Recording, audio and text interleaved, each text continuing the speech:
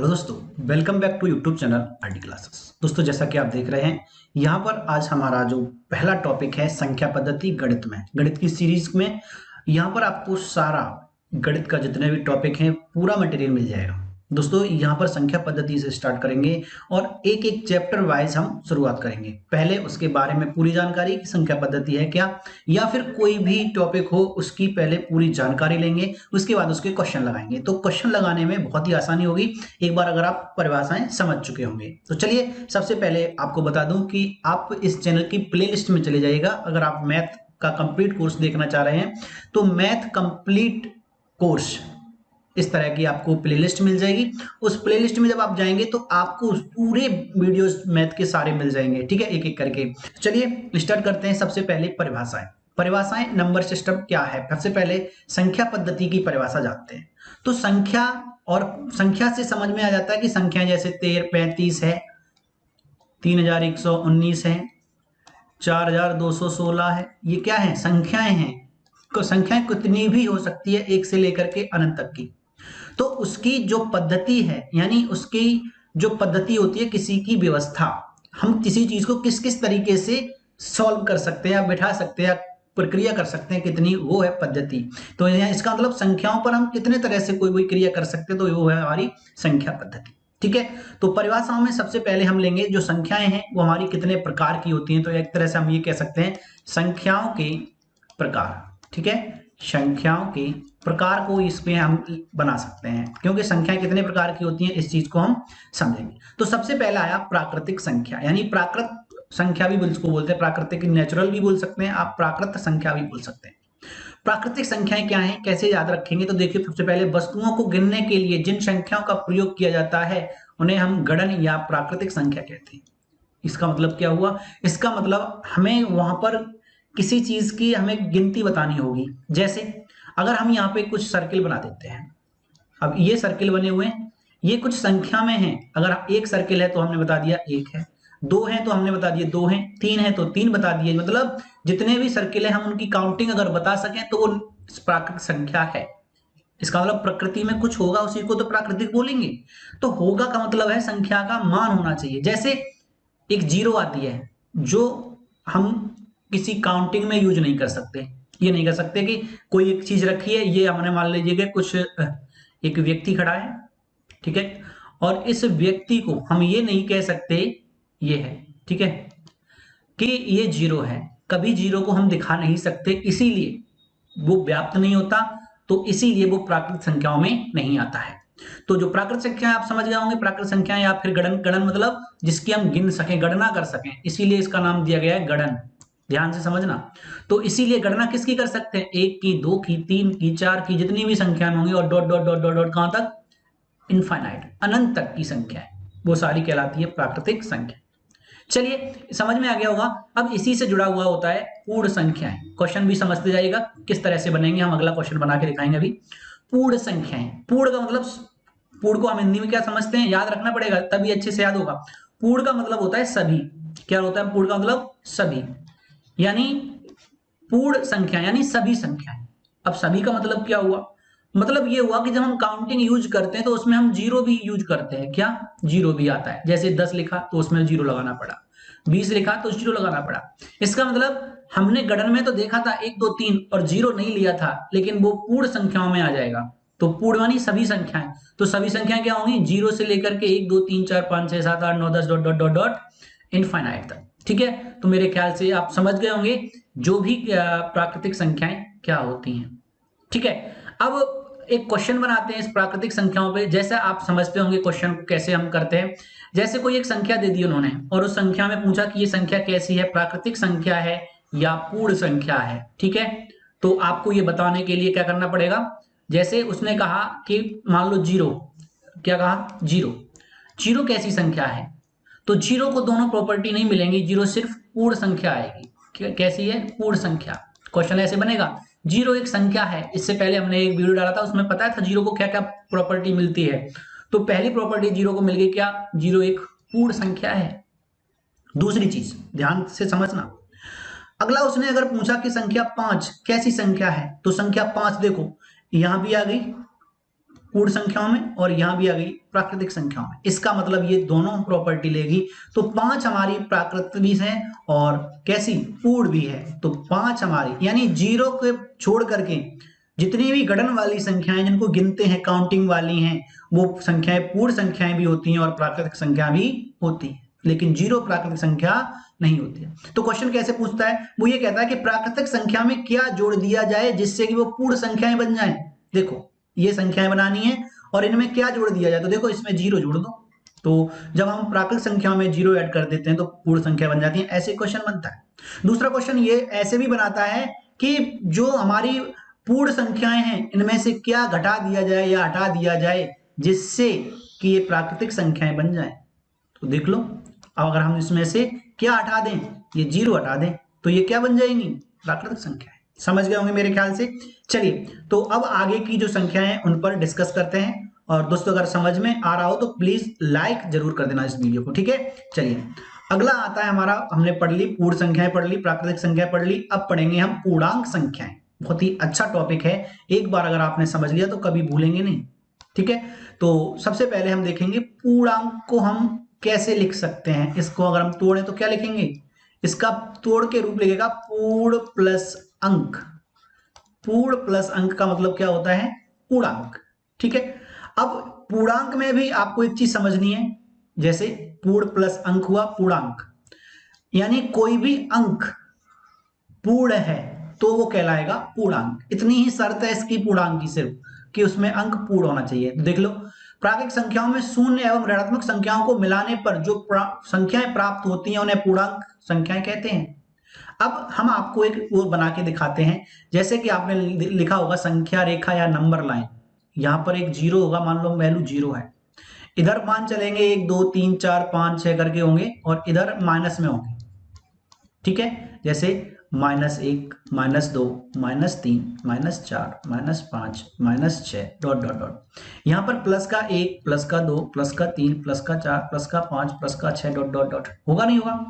अब ये कैसे हैं, देखो पूर्णांक में क्या है, ये जो अंक हैं आपके 0 भी पूर्ण है अपने आप में, आधा 0 नहीं है, तो 0 भी कैसा है, पूर्ण है। 1 भी कैसा है, पूरा है। तो जैसे आपके पास 2 केले हैं तो पूरे केले हैं, 3 है तो पूरे हैं, यानी 0 है तो 1 भी नहीं, यानी बिल्कुल पूरा है वो। और माइनस में मतलब आपने किसी को 1 केला दे दिया तो आप माइनस में हो गए, 1 कम हो गया आपके पास, ठीक है। अब बात आ जाती है कि ये पूर्णांक भी 3 प्रकार के हो जाते हैं। फिर कैसे, इन पूर्णांकों को जो 1 से लेकर के अनंत तक जाएंगे, ये भी इनफाइनाइट तक, और ये माइनस के इनफाइनाइट तक जाएंगे, -7 डॉट डॉट माइनस में कोई भी संख्या आ जाए पूर्ण हो, तो ये जो धन में संख्या है इनको बोलते हैं हम धनात्मक पूर्णांक। क्या बोलते हैं, धनात्मक पूर्णांक। आप लिख सकते हैं, बहुत ही अच्छा टॉपिक है। और जो संख्याएं ऋण में होंगी और अंक पूरा हो, कैसा हो, अंक पूरा हो, तो उसको बोलते हैं हम ऋणात्मक पूर्णांक। क्या, ऋणात्मक पूर्णांक, ठीक है। और उसके बाद आपका 0 रह गया, इस 0 के पास कुछ भी नहीं है, ना प्लस है ना माइनस है, इसीलिए इसका नाम दिया जाता है उदासीन पूर्णांक। यानी पूर्णांक तो सभी हैं और पूर्णांकों की अलग अलग विशेषताएं हैं। तो मेरे ख्याल से आपको पूर्णांक क्लियर हो गया होगा। अब हमने अगर आपको दे दिया कि माइनस का 216 पूर्णांक है, तो बिल्कुल पूर्णांक है, 216 केले पूरे आएंगे, ठीक है। माइनस के हैं, इसका मतलब जिससे आपने लिए उसके माइनस 216 केले रह गए, मतलब 216 बच गए। तो 216 कैसा है, ऋणात्मक पूर्णांक है। पूर्णांक तो है, कैसा है, ऋणात्मक है। और अगर आपके पास ये आता 2421, ये धनात्मक पूर्णांक है, पूर्णांक कहीं तक जाता है, तो आपने पूर्णांक समझ गया। अगला आ जाता है सम संख्याएं, बहुत ही इंपॉर्टेंट टॉपिक चल रहा है। सम संख्याएं क्या होती हैं, आपको ये जानना है कि सम संख्याएं क्या होती हैं। चलिए तो सबसे पहले हम सम की बात करेंगे। तो सम संख्याओं में आपने पढ़ा होगा कि वे संख्याएं जो 2 से पूर्णतः विभाजित हो जाती हैं क्या कहलाती हैं, सम संख्याएं कहलाती हैं, ठीक है। इसके बाद हम एक चीज और पढ़ी आपने कि जिन संख्याओं के अंत में 0 2 4 6 8 में से कोई अंक आ जाता है तो वो संख्याएं भी आपकी कैसी कहलाती हैं, सम संख्याएं कहलाती हैं, ठीक है। अब एक और बात मैं आपको बता दूं, एक नया तरीका, अगर आपने किसी संख्या के अंतिम अंक को 2 से भाग किया, पूरी संख्या नहीं काटनी है, अंतिम अंक में 2 का भाग देके देखिए, अगर भाग पूरा पूरा चला जाएगा तो सम संख्या, और भाग पूरा नहीं जाता है तो विषम संख्या। जैसे आपको एक संख्या दी गई 7 8 3 4 2 8 6, इस तरह से, तो आपको 6 में भाग देना है 2 का, 2 तिया 6 पूरा पूरा कट गया। इसका मतलब अब ये कैसी है, ये एक सम संख्या है। कौन सी? 78,34,286। ये कैसी है? एक सम संख्या है। चलिए इसी तरह से अगर आपने देखा कि एक संख्या लिखी है 5 2 1 4 9, आप 9 में 2 का भाग देंगे पूरा पूरा कटेगा ही नहीं, 2 चौक 8 2 पंजे 10 कटा ही नहीं। इसका मतलब ये कैसी है? एक विषम संख्या है। एक तरीका ये भी आप देख सकते हैं, सम संख्याएं बहुत ही आसान है, आप समझ गए होंगे। या फिर आप ये लिख लो कि जिस संख्या के अंत में 0 2 4 6 8 में से कोई संख्या आती है तो वो संख्या सम संख्या कहलाएगी। चलिए अगला अगर देखें इसमें, तो नेक्स्ट है विषम संख्याएं या ऑड नंबर्स पढ़ते हैं। इसमें वे संख्याएं जो 2 से पूर्णतः विभाज्य नहीं होती हैं उन्हें विषम संख्याएं कहते हैं। अभी हमने देखा था जिन संख्याओं के अंत में आप ये कह सकते हैं इकाई अंक क्या हो, 1 3 5 7 9 में से कोई अंक आता है तो वो संख्या विषम संख्या कहलाएगी। ठीक है, किसी संख्या के अंत में इनमें से कोई अंक आ जाए। या फिर आप ये भी कह सकते हैं यदि किसी संख्या का इकाई अंक क्या है, 2 से पूर्णतः विभाजित नहीं होता है तो वो संख्या विषम संख्या कहलाएगी। मेरे ख्याल से आपको अच्छे समझ में आ गया होगा। अगर नहीं आता है तो कमेंट करिए और आ जाता है तो वीडियो को लाइक जरूर करिएगा। चलिए अब आपने देखा सम संख्याएं और विषम संख्याएं, मेरे ख्याल से आपको बहुत ही अच्छे से समझ में आया होगा। अब अगली जो बात आ जाती है सम विषम के बाद, आप देख रहे होंगे अगला है हमारा जो नेक्स्ट है उसको बोलेंगे अभाज्य संख्याएं। ठीक है, चलिए तो देखते हैं अभाज्य संख्याएं क्या होती हैं और अभाज्य के बाद हम बात करेंगे भाज्य की। भाज्य संख्याएं क्या हैं, पहले अभाज्य और उसके बाद हम भाज्य की बात करेंगे। ठीक है, तो अभाज्य में आप देख रहे होंगे लिखा हुआ है लैंग्वेज में, अभाज्य संख्याएं वे संख्याएं जो स्वयं और एक के अलावा अन्य किसी संख्या से विभक्त नहीं होती हैं उन्हें अभाज्य संख्याएं कहते हैं। इसका मतलब क्या हुआ? इसका मतलब कोई ऐसी संख्या जिसमें एक का भाग तो सब में जाता है, आपको पता है क्योंकि एक का सारे मल्टीपल होते हैं। जैसे 10 में एक का एक धाई 10, 3 में एक तिया 3, तो एक का भाग तो सब में चला जाएगा, तो ऐसे तो पता ही नहीं चलेगा भाज्य कौन सी। इसीलिए एक के अलावा और उस संख्या का स्वयं का, जैसे 7 में भाग देंगे 7 एकन 7 चला जाएगा, 9 में देंगे 9 एकन 9 चला जाएगा, 13 में देंगे 13 एकन 13 चलेगा, यानी किसी संख्या का उसी संख्या में भाग तो हमेशा चला जाता है। तो ये दो प्रॉपर्टी छोड़ के, यानी एक और स्वयं के अलावा अगर कोई भी संख्या किसी अन्य संख्या से कट जाएगी तो भाज्य और नहीं कटेगी तो अभाज्य। तो ऐसी संख्या जो स्वयं तथा एक को छोड़ करके अन्य किसी संख्या से नहीं कटती है, नहीं मतलब नेगेटिव, तो अभाज्य। जैसे अगर हमने आपको संख्या दी मान लो 23, अब आप 23 को किसी से भाग दो नहीं कटेगी, सिर्फ एक से कटेगी और 23 से कटेगी, तो इसका मतलब 23 हो गई आपकी अभाज्य। क्यों? क्योंकि 23 में किसी अन्य संख्या का भाग नहीं जाएगा। इसी तरह से अगर हम ले लें आपका 13, 13 में भाग दो आप किसी संख्या का नहीं जाएगा, इसका मतलब 13 अभाज्य संख्या। 7, 7 में दो किसी संख्या का भाग नहीं जाएगा। अब बात आ जाती है कि इसका मतलब अगर हम 0 और 1 और 2, अगर यहां देखें कि अभाज्य संख्या इनमें से कौन सी है, तो देखो जो प्रॉपर्टी है वो इन दोनों पर नहीं लगती है। कौन सी? अभाज्य संख्याओं वाली। क्यों? क्योंकि भाग हमेशा इनसे छोटी संख्या से दिया जाएगा, और अगर हम छोटी संख्या से भाग देंगे तो देखो 0 से छोटी कोई संख्या होती नहीं, और 1 से छोटी 0, 0 का भाग कभी जाएगा नहीं, इनफाइनाइट होता है। तो इसीलिए ये दोनों न तो भाज्य में आती हैं और ना ही अभाज्य में आती हैं। अब आ जाती है 2, 2 में भाग 1 का देंगे। ठीक है, तो यार इसका मतलब 2 से छोटी एक संख्या मिली हमें 1, और 2 में 2 का ही भाग जाएगा, यानी स्वयं के और एक के अलावा ये किसी से नहीं कट रही है। इसीलिए सबसे छोटी अभाज्य संख्या, कभी अगर आपसे पूछ लेता है सबसे छोटी अभाज्य संख्या कौन सी है, 2। 2 से पहले कोई अभाज्य संख्या नहीं है, सारी अभाज्य संख्याएं 2 के बाद आती हैं। जैसे कभी कभी हम एक कोई पूछ लिया, अब इनमें से अभाज्य संख्या बताइए, उसमें ऑप्शन आया 0 1 और 9 और 18, इस तरह से दिया। तो ज्यादातर क्या करते हैं, सॉरी यहाँ पे 2 ले लो, 1 0 1 9 और 2, ठीक है 4 ऑप्शन ले लो यहाँ पे। अब ये 2 अभाज्य संख्या होगी, बाकी ये अभाज्य संख्याएं नहीं होंगी। ठीक है, तो यहाँ पर समझ गए होंगे 2 3 7 11 13 17 डॉट डॉट डॉट इस तरह की संख्याएं जो होंगी इनफाइनाइट तक देखते जाइएगा, आपकी बहुत सारी अभाज्य संख्याएं निकलती आएंगी। और यहाँ पर नोट में लिखा भी हुआ है, एक न तो अभाज्य संख्या और ना ही भाज्य संख्या है, 1 और 0 भी, 0 और 1 दोनों को लिखेंगे, 0 और 1 न तो भाज्य संख्या है और ना ही अभाज्य संख्या। अगला आ जाता है भाज्य संख्याएं क्या होती हैं, और तो उन संख्याएं वे संख्याएं जो एक और स्वयं के अलावा भी किसी अन्य संख्या से पूर्णतः विभक्त होती है उन्हें भाज्य संख्याएं कहते हैं। जैसे कि 6 एक और 6 के अलावा 2 से भी कट जाएगा, 3 से भी कट जाएगा, इसका मतलब ये कैसा है, भाज्य है। इसके बाद आप ले लो 16 2 से कट जाएगा, 4 से कट जाएगा, 8 से कट जाएगा, तो ये इसका मतलब कैसा है, भाज्य संख्या है। अब दोस्तों यहां पर एक ट्रिक बताऊंगा मैं आपको भाज्य अभाज्य संख्या निकालने की। कौन सी, अभाज्य, बहुत ही इंपॉर्टेंट है। अभाज्य संख्याएं कैसे निकालेंगे, वो पूछता है कभी मान लो 30 से 40 के मध्य कितनी अभाज्य संख्याएं हैं, तो इसको हम काउंट करेंगे। या उसने पूछा 60 से 100 के मध्य कितनी है, या फिर उसने पूछा 10 से 95 90 के मध्य मान लो कितनी है। तो इस तरह से जब वो पूछेगा तो आप कैसे बहुत आसान तरीके से इसे निकाल पाएंगे। तो इसको हम एक नंबर आपको बताएंगे, एक ट्रिक आपके लिए बनाई गई है। तो अभाज्य संख्याएं, अभाज्य कहां से, 1 से लेके 100 के मध्य, वो कहीं भी पूछे कितना भी। तो एक नंबर आता है जिसको हम रखेंगे 44 22 322 321। ठीक है, अब इसमें क्या है, ये हैं 1 से लेके 10 के मध्य, ये 10 से लेकर 20 के मध्य, ये 20 से लेकर 30 के मध्य, ये 30 से लेकर 40 के मध्य, ये 40 से लेकर 50 के मध्य, ये 50 से लेकर 60 के मध्य, ये 60 से लेकर 70 के मध्य, 70 से 80, 80 से 90 और 90 से 100। ठीक है, इस तरह से आपको लिखनी है।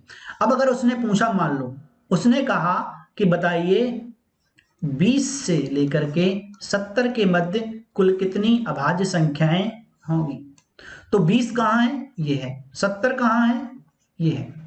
आप 20 से 70 इनको ऐड कर लो, 2 2 4 3 7 2 9 और 2 11 संख्याएं अभाज्य संख्या।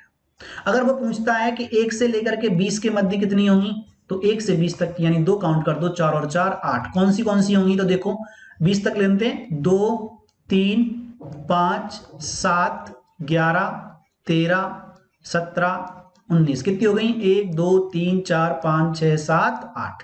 देखा, तो इस तरह से हमने अभी देखा भाज्य और अभाज्य संख्याओं को काउंट करना। आपसे कहीं भी पूछा जाएगा तो आप आसानी से इनको गिन सकेंगे। जैसे 60 से 100 के बीच पूछा, 40 से 80 के बीच पूछा, 40 से 90 पूछे, 30 से 60 पूछे, 30 से 80 पूछे, जो भी पूछेगा आप इससे आसानी से निकालेंगे। तो आप अगर निकालना सीख गए हो तो हमें बताइएगा कि 30 से 80 के मध्य कुल कितनी अभाज्य संख्याएं होंगी। ये आपका क्वेश्चन है, आप कमेंट करके आंसर जरूर बताइएगा। चलिए अगली टाइप की तरफ चलते हैं। यहाँ पर अभाज्य संख्याएं हमने पढ़ ली थी। अब आ जाता है सह अभाज्य संख्याएं। कौन सी, सह अभाज्य संख्याएं। अब हम संख्याओं के बारे में इस वीडियो में पूरी जानकारी लेंगे। वीडियो बड़ा होगा, आप अंत तक अच्छे से देखिएगा। बस एक बार अगर आप ओवरव्यू कर लेंगे तो आपको अच्छे से तैयार हो जाएंगे, क्योंकि बड़ी जरूर होगी, क्योंकि संख्याओं के बारे में हम डिटेल में समझा के जानकारी दे रहे हैं, तो इसलिए थोड़ा वीडियो बड़ा हो सकता है। चलिए, तो अब आया सह अभाज्य संख्याएं। अब पहला अर्थ आपको यह पता होना चाहिए कि सह का अर्थ क्या होता है। तो सह का अर्थ होता है साथ में, जैसे सहगामी साथ चलने वाला, सहपाठी साथ पढ़ने वाला, इसीलिए सह अभाज्य यानी आपस में अभाज्य।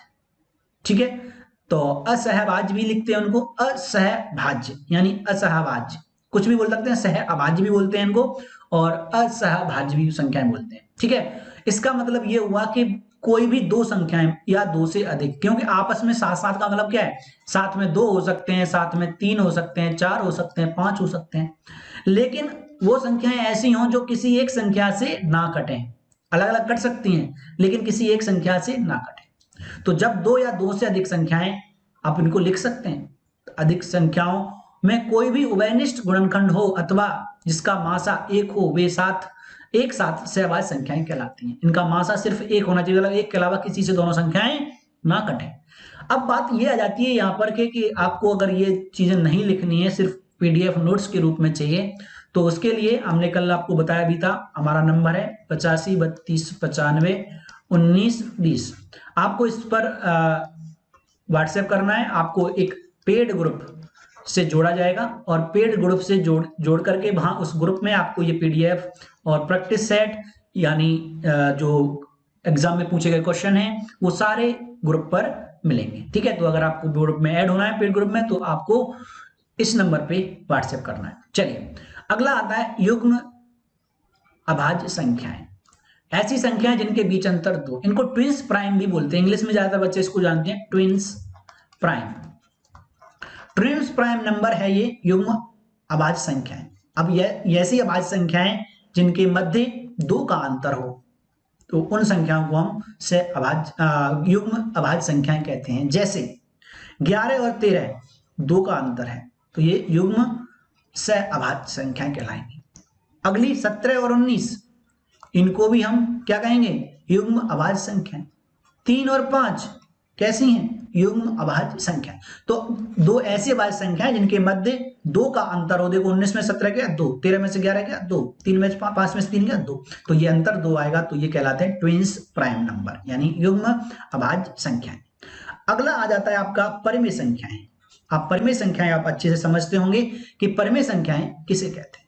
तो परिमेय संख्याओं को हम आपको बताया भी था, आपने पढ़ा भी होगा, कई बार पढ़ा होगा कि वे संख्याएं जिन्हें हम P/Q के रूप में लिख सकते हैं क्या कहलाती हैं, परिमेय संख्याएं कहलाती हैं। तो चलिए इन परिमेय संख्याओं पे अब हम चर्चा करते हैं, एक बार ओवरव्यू ले लेते हैं सारा। चलिए यहाँ पर लिखा भी है वे संख्याएं जिन्हें P/Q के रूप में लिखा जा सकता है, P तथा Q पूर्णांक है यहाँ पे, और Q is not equal to 0 होना चाहिए, तो कोई परिमेय संख्या कहलाएगी। यानी अपॉन में क्या नहीं होना चाहिए, अपॉन में P/Q is not equal to 0, तो 0 मान नहीं होना चाहिए। जैसे हमने कहा 1/0, तो इसको हम P/Q नहीं मानेंगे। तो अपॉन में 0 ना हो, कोई संख्या हो, 5 हो, 3 हो, 7 हो, कोई भी हो, तो वो संख्या कहलाएगी परिमेय संख्या। तो जैसे परिमेय संख्या में आप देख रहे होंगे 3/4, 5/6, 4, 1.77 और 2.3 पे बार, या 0 भी क्या है, एक परिमेय संख्या। तो यहाँ पे आप इंपॉर्टेंट है, हमने एक बार 0 में पूछा था 0 परिमेय संख्या है या नहीं है, बिल्कुल है, क्योंकि 0/1 लिख सकते हैं, पूर्णांक होने चाहिए दोनों नीचे, लेकिन Q is not equal to 0 लिखा था। अपॉन में Q का मान 0 ना हो, लेकिन दोनों पूर्णांक होंगे तो चल जाएगा। तो Q का मान 0 नहीं है और दोनों पूर्णांक है, तो इसका मतलब 0/1 यानी 0 एक परिमेय संख्या है। तो मैं आपको बता दूं 0 से लेकर के इनफाइनाइट तक, 0, 1, 2, 3, 4 यानी सभी पूर्ण संख्याएं जितनी भी हैं वो सारी आपकी परिमेय संख्याएं हैं, पूर्ण संख्याएं। तो पूर्ण संख्या में सभी आ जाती हैं, ठीक है। चलिए अगला आता है अपरिमेय संख्याएं। वैसे इसमें एक डिटेल में वीडियो बनाऊंगा मैं, क्योंकि परिमेय संख्याओं में हम दशमलव की संख्याएं 2 तरह की होती हैं। एक तो देखिए एक दशमलव पे वीडियो बनाएंगे, बहुत अच्छा जानकारी है वो, कि अगर आपको 2.35 पूछा तो आपने देखा इसमें इस तरह का मान परिमेय होता है। लेकिन अगर 2.3479 dot dot dot dot infinite, और एक पूछा 2.347979 dot dot dot dot infinite, अब इनमें एक परिमेय है एक अपरिमेय है, तो क्या कहेंगे इसको हम, तो इसीलिए इस पे हम अच्छे से समझाएंगे अगली वीडियो में। चलिए सबसे पहले हम बात करते हैं अपरिमेय की। अपरिमेय वे संख्याएं जिन्हें हम P/Q के रूप में नहीं लिखा जा सकता है, उन्हें अपरिमेय संख्याएं कहते हैं, ठीक है। जैसे अंडर रूट की सभी संख्याएं, अंडर रूट में पूर्ण वर्ग संख्या ना हो, पूर्ण वर्ग मतलब ऐसा नहीं 9 हो, तो 9 को तो हम 3 वर्गमूल ले लेंगे, तो 3 परिमेय हो गई।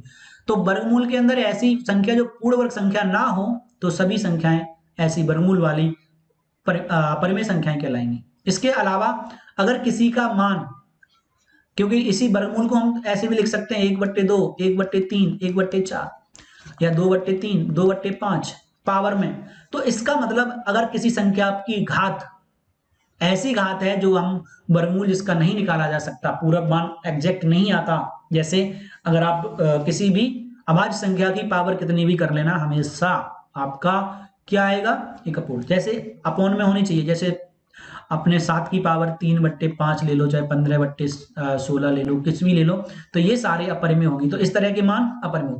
अगला आता है देखिए पाई भी एक अपरिमेय संख्या है, लेकिन अगर आप कहेंगे 22/7 नहीं, इस पर मैंने बताया था, एक डिस्कशन करेंगे हम थोड़ा पाई पे, बहुत ही अच्छा है, कई बार एग्जाम में पूछा गया, और जो क्वेश्चन एग्जाम में पूछे जाते हैं उन पर थोड़ा समय देना चाहिए, जिससे कि अगली बार वो जब पूछे जाएंगे, जरूर पूछे जाएंगे, तो गलत ना हो। तो हम यहाँ पर चर्चा करेंगे अब पाई के बारे में। देखिए पाई का जो मान होता है आपको बता दूं 3.14753 डॉट डॉट डॉट जो भी होता है, मतलब अनंत तक जाता है, आप ये समझ लीजिएगा।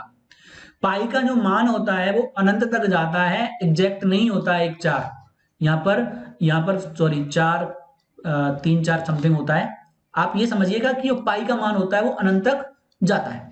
यानी कि हम दो संख्याएं हमने बताई थी, 2 तरह की होती हैं, इसको हम अभी जब दशमलव संख्या डिस्कस करेंगे तब बताएंगे। और पाई का मान एक होता है 22/7, ये P/Q लिख गया, तो ये तो होगा परिमेय और पाई होगा इसलिए अपरिमेय, क्योंकि 3 अगर 1/4 होता, 3.14 मान होता इसका, तो ये P/Q फॉर्म बन जाता, तो हमारी संख्या हो जाती। तो एग्जैक्ट पाई का मान 3.14 और 22/7 नहीं होता है, ठीक है, लेकिन लगभग में हम ले लेते हैं। तो आपने अपर में संख्या भी पढ़ ली। अब अपर में संख्या के बाद आप देख रहे होंगे वास्तविक संख्याएं आ जाती हैं। और वास्तविक और काल्पनिक दो तरह की संख्याएं होती हैं, तो इन पर भी हम थोड़ी चर्चा कर लेते हैं और इनको भी समझते हैं कि वास्तविक और काल्पनिक संख्याएं क्या हैं, ठीक है।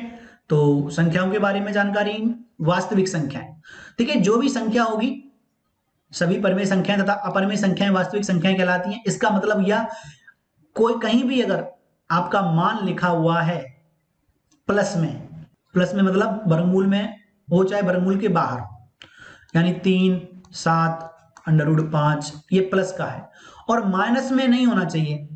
दूसरा ये भी कह सकते हैं माइनस में बिना वर्गमूल का हो सकता है, लेकिन अगर वर्गमूल के अंदर, आप सिर्फ याद रख लो, वर्गमूल के अंदर अगर माइनस में वैल्यू है तो वो एक काल्पनिक संख्या है, क्योंकि a+ib फॉर्म आपने पढ़ी होगी यहाँ पर, और a+b फॉर्म बनती है, वो होता है i जहां आ जाता है, i का मान होता है √ में -1 बराबर i, और i² का मान हो जाएगा -1। तो √ में -1 का मतलब होता है i। तो अगर हम इसको लिखें तो √ में 5 गुणा √ में -1 ऐसे लिखेंगे, तो √5 और i हो जाएगा। तो ये कैसी हो गई? काल्पनिक हो गई। तो काल्पनिक संख्याएं कौन सी होती हैं? जिनमें √ में माइनस में मान दिया गया हो, कितना भी, चाहे माइनस में 9 ही सही, ठीक है। तो ये इसका लिखा जाएगा 3, और √ में ये प्लस का 3 बाहर आ जाएगा, √ में -1, तो ये जाएगा 3i, ठीक है। तो इसका मतलब ये हुआ कि आपको याद रखना है सिर्फ √ में माइनस की जितनी भी संख्याएं उन्हें छोड़ करके बाकी संख्याएं वास्तविक संख्याएं कहलाती हैं। सिर्फ √ की संख्याएं, और वो भी ऋणात्मक, वर्गमूल के अंदर ऋणात्मक संख्याएं होंगी वो काल्पनिक, बाकी सभी संख्याएं कैसी होती हैं? वास्तविक संख्याएं होंगी, ठीक है। संख्याओं पर कुछ विशेष बिंदुओं में हम जानेंगे कि उसमें क्वेश्चन किस तरह से पूछे जाए। जैसे संख्या 1 न तो भाज्य और ना अभाज्य, यहां पर हम लिखेंगे संख्या 0 और 1 दोनों, न तो ये भाज्य में आएगी कभी और ना अभाज्य में। तो ध्यान रखना, कभी आपसे पूछा जाए कि सबसे छोटी अभाज्य संख्या कौन सी है, तो सबसे छोटी अभाज्य संख्या है 2। 2 से छोटी कोई अभाज्य संख्या है ही नहीं, 2 से बड़ी है सारी, तो सबसे छोटी अभाज्य संख्या 2। अगर आपसे पूछा जाए एकमात्र समअभाज्य संख्या, देखिए इस पर की एक प्रॉपर्टी है, एकमात्र सम अभाज्य संख्या, ठीक है, तो ये भी 2 ही है। कभी आपसे पूछ लेता एकमात्र समअभाज्य संख्या कौन सी है, तो वो 2 है। उसके बाद कोई सम संख्या एक भी ऐसी नहीं है जो अभाज्य हो। 4, 6, 8, 10 ये सारी भाज्य हैं, लेकिन 2 अभाज्य है, ठीक है। तो सबसे छोटी अभाज्य संख्या भी कैसी हो जाएगी? 2। और सबसे छोटी विषम अभाज्य संख्या तो वो होगी 3, क्योंकि विषम में पहली अभाज्य संख्या 3 आती है। सबसे छोटी विषम अभाज्य संख्या कौन सी होगी? 3। तो इसको लिखेंगे हम सबसे, आप लिखते जाएगा हम बोल देते, सबसे छोटी विषम अभाज्य संख्या। ये क्वेश्चन बनते हैं, विषम अभाज्य संख्या कौन सी होगी? 3। तो हमने देखा सबसे बड़ी में नहीं पूछेगा कभी, हमेशा सबसे छोटी में पूछेगा। तो सबसे छोटी विषम अभाज्य संख्या कितनी कौन सी होगी? 3 होगी। तो ये 3 क्वेश्चन बहुत ही इंपॉर्टेंट हैं। एक अभाज्य संख्या है, ना ही भाज्य संख्या है, ना तो अभाज्य है ना भाज्य। 2 सबसे छोटी है और 2 एकमात्र समभाज्य संख्या है, और 3 सबसे छोटी विषम अभाज्य संख्या है। अगला, ऐसी संख्याएं जो अभाज्य हों एवं सम संख्या हो केवल 2 है। तो देखिए अभी हमने बात करी थी, एकमात्र समभाज्य संख्या 2 है, तो एक ऐसी संख्या जो सम है और अभाज्य है, तो वो क्या है? 2 है, ठीक है। चलिए यहां तक हमने डिस्कस किए 2 पॉइंट, और अब चलते हैं अगले पॉइंटों पर, और अगले पॉइंटों में हम देखेंगे किस तरह के क्वेश्चन है। ये आया, वे 2 अभाज्य संख्याएं जिनके बीच केवल एक सम संख्या होती है। वाह, अभी हमने इसके पॉइंट को डिस्कस किया हुआ था पिछली वीडियो में। क्या बोला था? वे 2 संख्याएं जिनके बीच में केवल एक सम संख्या होती है, यानी अभाज्य जोड़ा कहलाती है। जैसे 5 व 7, 3 व 5, 11, 13, 17, 19, 29, 31। तो ट्विंस प्राइम हमने अभी पढ़ा था, तो ट्विंस प्राइम यानी अभाज्य का जोड़ा जो होता है वो ट्विंस प्राइम यानी 2 होता है। चलिए अगला, सभी प्राकृतिक संख्याएं पूर्णांक, परिमेय एवं वास्तविक होती है। तो अभी मैंने क्या बताया था, अगर आपकी सभी प्राकृतिक संख्याएं कौन सी होती है? 1, 2, 3 ... जो भी संख्या होगी इनफाइनाइट तक। तो देखो सबसे पहले पूर्ण संख्या, ये संख्या कैसी है? सारी पूर्ण है, तो बिल्कुल सही है। सभी प्राकृतिक संख्या कैसी होगी? पूर्ण होंगी। क्योंकि पूर्ण संख्या में क्या होता है, 0 से लेकर के अनंत तक की होती है, तो इसका मतलब क्या है, ये सारी संख्या आ गई। पूर्णांक, सभी का अंक पूर्ण है, तो ये पूर्णांक भी होगी। परिमेय हमने बताया था सभी संख्याएं, क्योंकि इसके अपॉन में 1 लगा देते जाओ, पी अपॉन क्यू बन जाएगा, ठीक है। एवं वास्तविक संख्याएं होती है, तो देखो वास्तविक संख्याएं भी होती हैं, क्योंकि इनमें माइनस नहीं होता अंडर रूट में, तो ये वास्तविक भी होती है, तो बहुत ही इंपॉर्टेंट। अगला, सभी पूर्ण संख्याएं, ये जो देखो पूर्ण संख्याओं में क्या आएगा, 0। अब देखो ये संख्याएं कैसी कैसी हैं आप बताओ, तो ये संख्याएं कैसी हैं, पूर्णांक भी हैं पूर्ण संख्याएं, परिमेय भी हैं और वास्तविक भी हैं, बिल्कुल सही है। सभी पूर्णांक परिमेय एवं वास्तविक होते हैं, तो पूर्णांक कैसे हैं, ये सब पूर्णांक ही हैं, और ये परिमेय भी होंगे और वास्तविक भी होंगे, क्योंकि इसमें आई नहीं है। सभी पूर्णांक परिमेय एवं अपरिमेय संख्याएं वास्तविक होती हैं, तो सभी पूर्णांक कैसे होते हैं, परिमेय, अपरिमेय एवं वास्तविक।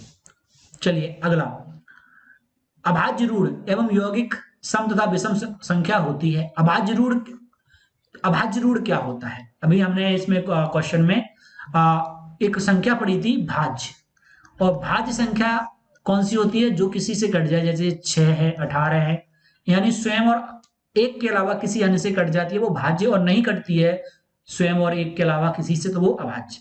तो भाज्य जो संख्या होती है वो किन्हीं दो संख्याओं का गुणनफल जरूर होगा। देखो ये 9 और 2 का हो सकता है, 6 और 3 का हो सकता है, ठीक है। तो इसका मतलब ये हुआ कि ये किन्हीं दो संख्याओं से मिलकर बनी होगी, जो भी भाज्य संख्या होगी, तो भाज्य संख्या को ही हम यौगिक संख्या कहते हैं, ठीक है। तो उसमें लिखा है अभाज्य रूढ़ एवं यौगिक जो संख्याएं होंगी वो सम तथा विषम संख्याएं होती हैं। अब देखो संख्याएं दो ही प्रकार की होंगी, एक तो या तो सम होगी वो, या फिर विषम होगी। तो भाज्य हो चाहे हम प्राकृतिक सभी, चाहे पूर्णांक की बात करें, कोई भी संख्या ले लो आप, मन चाहे जो संख्या लिख लो, या तो वो सम होगी नहीं तो विषम होगी। और एक 0 आपका है जो डाउट करता है, आपको कल हमने बताया था 0 एक सम संख्या होता है, इसकी भी चर्चा हम आगे करेंगे जब हम ये बताएंगे कि दशमलव संख्याएं कैसी कैसी कौन कौन सी होती हैं, और परिमेय संख्याएं कैसे निकालेंगे हम उन दशमलव संख्याओं से, तब हम इसकी डिस्कशन करेंगे सारी का सारा, ठीक है।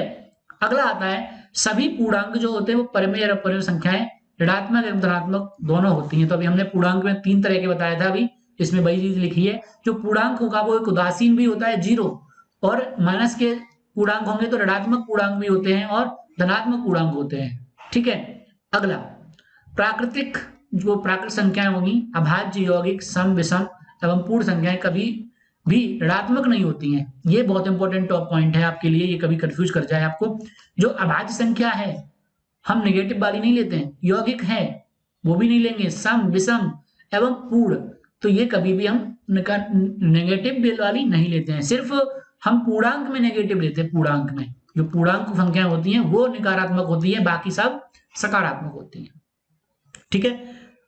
यहां तक अगर कोई भी डाउट हो या कम समझ में आए तो आप पुराना वीडियो अच्छे से ध्यान से एक बार देख लेना, सब क्लियर हो जाएगा, क्योंकि पुरानी वीडियो में ये सब हमने अच्छे से समझाया हुआ है।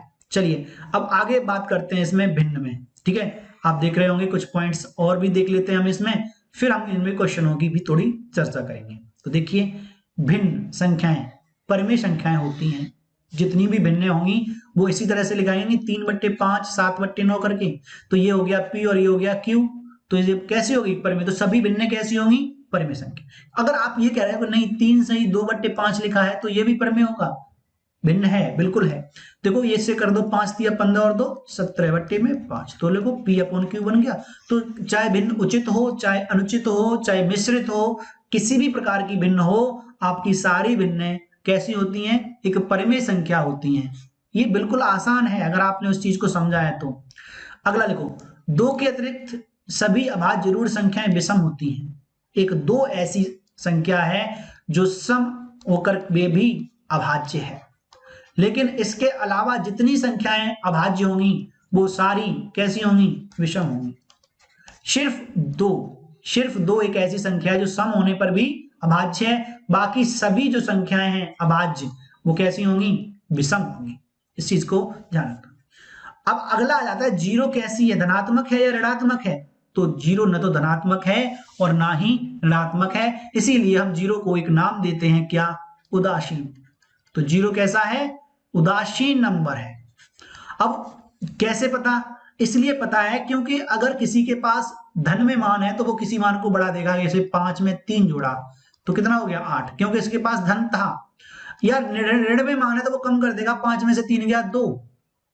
लेकिन अगर हम 5 में 0 जोड़ें तो न तो ये 5 को बढ़ाएगा, और 5 से 0 घटाएं न तो ये 5 को कम करेगा।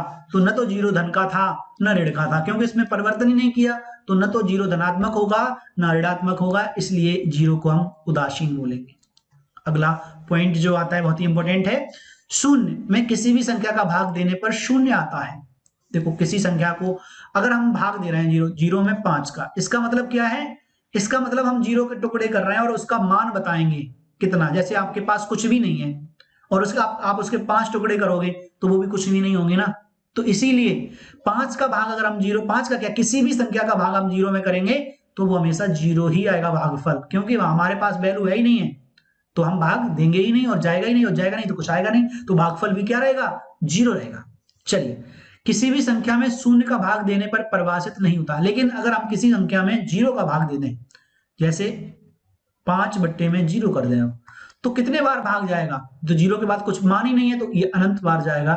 इसका मतलब इसे पहली बात तो ये है कि परिभाषित नहीं किया जा सकता, परिभाषित नहीं किया जा सकता, या फिर अगर ऑप्शन में ये है कि अनंत, तो अनंत भी सही है। किसी संख्या में शून्य का भाग देते हैं तो भागफल अनंत आता है, यानी कि वो उसे हम परिभाषित नहीं कर सकते कि कितना आएगा। ठीक है, तो यहां तक अगला पॉइंट आप देख रहे होंगे, किसी संख्या में किसी अंक का जो वास्तविक मान होता है उसे जाति मान कहते हैं। जाति मतलब, जाति का मतलब क्या है, किसी को देख करके बताएंगे उसकी जाति। तो अगर हम 5 की जाति बताने तो 5 को देख लो, उसकी जाति कितनी हो गई 5। 10 तो होगा ही नहीं, क्योंकि 10 में क्या हो गया, अंक की जाति होती है, और जाति मान 0 से लेकर के 9 ही तक होते हैं। आपको बता दूं, क्योंकि अगर जाति मान की बात करें, देखो 1 0 1 2 3 ... 9, ये संख्याएं होंगी 1 2 3 4 5 6 7 8 9 तक। अब इनमें जाति मानक की अगर बात करें तो 0 को देख के क्या लगता है, ये 0 है, तो इसकी जाति, इसको हम जाति क्या होता है जिसे हम लोग जानते हैं, तो हम 0 से को 0 से जानते हैं, इसका मतलब 0 इसकी जाति है। 1 को 1 से जानते हैं, इसलिए मतलब 1 का जाति मान 1 ही होगा। इसका मतलब किसी भी अंक का जाति मान वो अंक स्वयं होता है। तो कभी भी जाति मान पूछा जाए आपसे तो सीधी सी बात है, आप जाति मान उस संख्या का वही लिख देना। जैसे यहाँ पर एक संख्या दी गई है 5 2 8 3 में 2 का जाति मान पूछा गया है, तो 2 का जाति मान कितना होगा, 2 ही होगा। क्यों, क्योंकि अभी हमने बताया किसी संख्या की जाति वही होती है जो वो संख्या होती है, तो उसका जाति मान वही होगा। चलिए अब हम आगे चलते हैं, कुछ और डिस्कस करते हैं। अभी हम जाति मान और स्थानीय मान को भी अच्छे से परिभाषित करेंगे अब, ठीक है, बहुत ही आसान तरीके से। अगला, आप जाति मान समझ गए होंगे, स्थानीय मान की बात करेंगे। किसी अंक का स्थान के अनुसार जो मान होता है उसे स्थानीय मान कहते हैं। किसी भी को आपको स्थानीय मान निकालना सिखाना हो, जैसे 5 2 7 9 6, उसमें पूछा गया 7 का स्थानीय मान क्या होगा, तो जिसका स्थानीय मान पूछा है उसे छोड़कर बाकी को 0 बना दो, सब कुछ 0 बना दो, तो इसका मान क्या आया, ये 0 आगे कोई मतलब नहीं होता, 700। आप ऐसे भी करते हैं ना, तो आप इसमें समय लगता है, इस तरह 6 9 0 7 0 ऐसे लिखेंगे तो समय लगेगा। आपको किसी का मान लो यहाँ पर लिखा है 9 1 3 5 4 6 2 8, इस तरह से लिखा है, तो आप कितना समय लगाएंगे।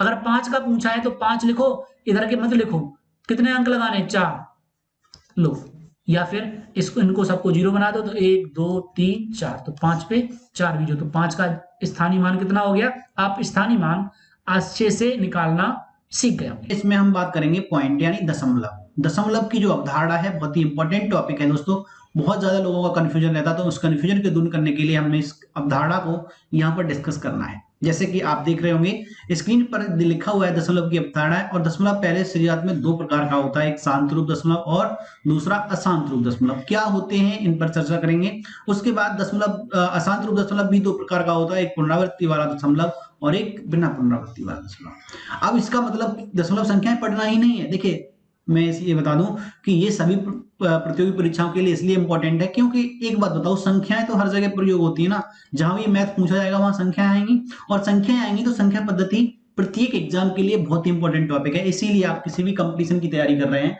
अगर आप एक से ज्यादा कंपटीशन की तैयारी कर रहे हैं तो उसमें कुछ टॉपिक ऐसे होते हैं जैसे कि संख्या पद्धति है, कोई सा भी टॉपिक सही मैथ आ रहा है, अगर कोई सा भी प्रतियोगी परीक्षा सही, तो उसके लिए जरूरी है। चलिए, तो यहाँ पर आप देख रहे होंगे कि जो पॉइंट की अवधारणा है, इससे एक चीज और डिसाइड किया जाता है, परिमेय और अपरिमेय संख्या। क्योंकि दशमलव संख्या जब आएंगी तो आपको पूछा जाएगा कि इनमें कौन सी परमेय है और कौन सी अपरमेय है, तो फिर वहां पर आपको इसकी जरूरत पड़ेगी। तो चलिए सबसे पहले हम ये देखते हैं कि ये किन कौन की परीक्षाओं के लिए जरूरी है ये पॉइंट टॉपिक, ठीक है। तो सबसे पहले जो परीक्षा है उनमें से यहाँ पर हमने लिख रखी है, जितने भी अभ्यर्थी ऐसे हैं जो टेट की तैयारी कर रहे हैं तो उनके लिए तो ये रामबाण है। सुपर टेट में भी इससे क्वेश्चन बनते हैं, आरआरबी में भी यहाँ से क्वेश्चन पूछे जाएंगे, पुलिस और दरोगा के पेपर में भी, पुलिस में थोड़ा लेवल का टफ नहीं रहता और एसआई वाले में थोड़ा लेवल अच्छा रहेगा, लेकिन हाँ क्वेश्चन यही होंगे। एसएससी जीडी में भी इस टॉपिक को पूछा जाएगा। तो कई और इसके अलावा भी बहुत सारे एग्जाम हैं, आरपीएफ वगैरह हैं, तो उनमें भी पूछा जाएगा। तो इसीलिए ये टॉपिक बहुत इंपॉर्टेंट है, तो इसे ध्यान से देखना है। चलिए तो अब इस टॉपिक को हम शुरुआत करें। यहाँ पर हम देख रहे हैं, हमने यहाँ पर लिखा हुआ आप देखेंगे दशमलव संख्या और परमेय संख्या के बीच संबंध, ठीक है, पूरा लिखा हुआ है दशमलव संख्या और परमेय संख्या के बीच संबंध। अब इस संबंध के बारे में हम चर्चा करेंगे इस वीडियो में बहुत ही अच्छे से। तो सबसे पहले आपने देखा होगा कि जो परमेय संख्याएं होती हैं वो कौन सी होती हैं, एक बार फिर से लिख देता हूं। परमेय वो संख्याएं जिन्हें P/Q के रूप में लिखा जा सके, लेकिन वहां पर Q is not equal to 0, यानी Q का मान अपॉन में 0 ना हो, तो वो संख्याएं सारी होती हैं परमेय संख्या। तो अगर एक बात बताओ, दशमलव संख्या है कोई 3.25, तो इसका मतलब ये हुआ कि अगर हम इस संख्या को इसका रूप बदल के P/Q बना दिया तो ये परमेय, और नहीं बना पाए तो अपरमेय। जैसे 3.25 इसका P/Q का फॉर्म कैसे बनाएंगे, अपॉन में 1 पॉइंट लगा के 2 जीरो बढ़ा लो और दशमलव से अब दशमलव कैंसिल कर दो, तो 325 बट्टे में कितना आ जाएगा 100। इसका मतलब ये P ऊपर और नीचे का मान Q बन गया P/Q, Q is not equal to 0 नहीं है, 100 है, तो इसका मतलब ये परमेय संख्या होगी 3.25। तो इसी तरह से जो दशमलव जितने प्रकार के हैं, क्या सबको हम P/Q फॉर्म बदल सकते हैं? अगर नहीं बदल सकते तो किस किस का बदल सकते हैं, इस टॉपिक पर आज हम चर्चा करेंगे इस वीडियो में। दोस्तों वीडियो पसंद आए तो इसे लाइक शेयर जरूर करना। चलिए तो सबसे पहले हम बात करेंगे दशमलव के प्रकार।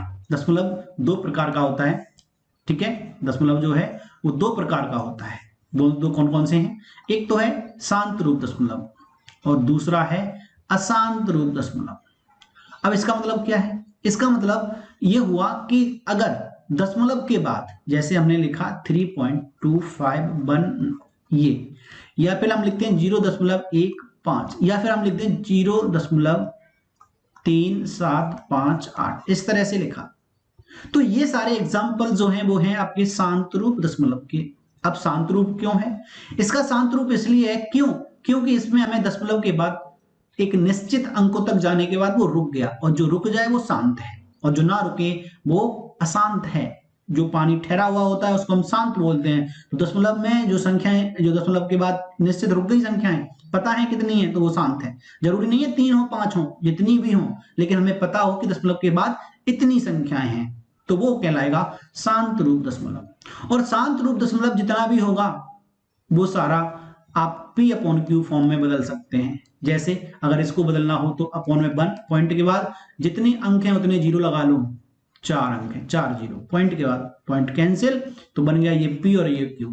तो आप समझ गए होंगे कि शांत रूप दशमलव की जितने भी दशमलव संख्याएं हैं उन्हें आप P/Q फॉर्म बना सकते हो, और जिसे आप बना सकते हो तो उसे हम बोल सकते हैं क्या है, ये परमेय है। तो शांत रूप दशमलव की जितनी भी संख्याएं होंगी वो सारी परमेय संख्याएं होंगी। अब बात आ जाती है दूसरी अशांत रूप दशमलव की, और अशांत रूप दशमलव में ये पूछा जाएगा कि अशांत रूप दशमलव 2 प्रकार का होता है। सबसे पहले ये समझना है, एक तो होता है पुनरावृत्ति वाला दशमलव संख्या अशांत रूप, और दूसरा बिना पुनरावृत्ति वाली दशमलव संख्या। तो 2 तरह के अशांत रूप होते हैं। अब एग्जाम्पल के द्वारा हम समझेंगे, मौखिक कम समझ में आता तो हम एग्जाम्पल लेते हैं। देखिए जैसे आपको दिखा दूं, हमने लिखा 3.217, ठीक है, 217353535, तो ये क्या है, 3-5 की पुनरावृत्ति है, यानी पुनरावृत्ति मतलब रिपीटेशन। जहां रिपीटेशन बार बार आएगा उसको हम बोलते हैं पुनरावृत्ति, और ये डॉट डॉट डॉट कहां तक जाएगा, इनफाइनाइट। इसी तरह से अगर हम दूसरा एग्जांपल लें 0.1233333 डॉट डॉट, यानी कहीं भी आपका रिपीटेशन स्टार्ट हो जाए, पुनरावृत्ति स्टार्ट हो जाए, तो उसको बोलते हैं पुनरावृत्ति वाली दशमलव संख्या। तो ये है पुनरावृत्ति वाली, देखिए 0.137525252 ऐसे भी हो सकता है। 3 अंक रिपीट हो सकते हैं, 1 अंक रिपीट हो सकता है, 2 अंक रिपीट हो सकते हैं, यानी रिपीटेशन हो कितने भी हो इससे कोई फर्क नहीं पड़ता। और रिपीटेशन वाली जो संख्या होंगी वो हम P/Q फॉर्म में बदल सकते हैं। कैसे बदल सकते हैं? देखिए जो 3.217 इसके बाद क्या है 3535, तो इस 35 को हम बार लगा देंगे तो ये बार फॉर्म बन जाती है और इस बार फॉर्म को हम P/Q फॉर्म में बदल लेते हैं। तो जो पुनरावृत्ति वाली हैं इनको हम बार फॉर्म में बदल सकते हैं। अभी हम इसको बार फॉर्म को पढ़ेंगे तब और अच्छे से क्लियर हो जाएगा। ठीक है। दूसरा, बिना पुनरावृत्ति वाली दशमलव संख्याएं भी होती हैं, जैसे 3.15728 इसका मतलब आगे कहीं रिपीटेशन नहीं है, अगर होता तो दिखा देते। इसी तरह से अगर कहीं लिखा है 315.248317 यहां भी देखो कोई अंक दोबारा नहीं हो रहा रिपीट, तो इसका मतलब बिना पुनरावृत्ति वाली हैं और इन्हें कभी भी हम P/Q फॉर्म में नहीं बदल सकते, ना ही इनको बार फॉर्म में बदल सकते हैं। तो जो बिना पुनरावृत्ति वाली दशमलव संख्याएं होती हैं ये होती हैं अपरिमेय। ठीक है, कैसी होंगी? अपरिमेय। तो समझ गए होंगे मेरे ख्याल से। और ये वाली पुनरावृत्ति वाली क्योंकि हम P/Q फॉर्म बना लेते हैं इनकी, तो इसलिए ये होती हैं परिमेय। तो दशमलव में अगर आपको याद करना है, कुछ बच्चे ऐसा करते हैं कि उन चीजों को याद अच्छे से रट लेते हैं और याद होना चाहिए, तो बस एक ध्यान रखना है, दशमलव में बिना पुनरावृत्ति वाली संख्याएं होती हैं वो अपरिमेय होती हैं बस, और बाकी की जो दशमलव संख्याएं होंगी वो सारी परिमेय, बाकी की बचेंगी शांत रूप और ये पुनरावृत्ति वाली। समझ गए? सिर्फ इस टाइप की जो संख्याएं आएंगी जिनमें रिपीटेशन नहीं होगा वही अपरिमेय होंगी, उन्हीं को P/Q फॉर्म नहीं बना पाएंगे, बाकी का हम सबका बना सकते हैं। ठीक है, मेरे ख्याल से यहां तक अगर आपको समझ में आ गया हो तो एक बार यस लिख करके हमें कमेंट करके जरूर बताएं। तो चलिए अब थोड़ी सी हम चर्चा पहले देख लेते हैं कि जो बार फॉर्म है वो क्या है। तो चलिए बात करते हैं हम बार फॉर्म की। किसकी? बार फॉर्म। बार फॉर्म होती क्या है पहले आप थोड़ा सा समझ लीजिएगा, उसके बाद क्योंकि बार फॉर्म से भी क्वेश्चन बनते हैं और बार फॉर्म आपको आनी चाहिए। बार हम दो तरीके से लिखते हैं। पहली चीज, बार का जो इंडिकेशन होता है हम दो तरीके से लिखते हैं, इसलिए आपको पता होना चाहिए। जैसे हमने लिखा 3.25 और ये 5 पे बार लिख दिया, तो इसे लिखेंगे 3.25 पे बार, या 3.14 और 1.4 पे बार, या फिर 0.21 पे बार। इस तरह से भी हो सकता है। ये भी हो सकता है 0.21359 पे बार, 59 पे बार। इस तरह से भी आपका बार, तो जो लाइन ऊपर खिंची होती है इसको हम बार पढ़ते हैं। दूसरा फॉर्म कैसा होता है इसका, देखिए कहीं लिखा है 3.2 और 2 के ऊपर अगर डॉट लगा दिया तो इसे बार पढ़ते हैं। 7.254 और इस तरह से अगर पॉइंट रखे हुए हैं इसका मतलब ये 5 और 4 पे बार है। 3.2178 इस तरह से लिखा है तो इसका मतलब ये 8 पे बार है, ऊपर लिखा होगा एक बिंदी रखी हुई। ऐसे ही 7.154 लिखा है, इसका मतलब अगर 4 पे इस तरह लगा तो ये क्या है? बार फॉर्म है। तो बार फॉर्म का पहले समझ गए आप, बार फॉर्म हम दो तरह से लिख सकते हैं। ठीक है, अब बात आ जाती है कि बार फॉर्म को हम कैसे सॉल्व करते हैं, P/Q कैसे बनाते हैं।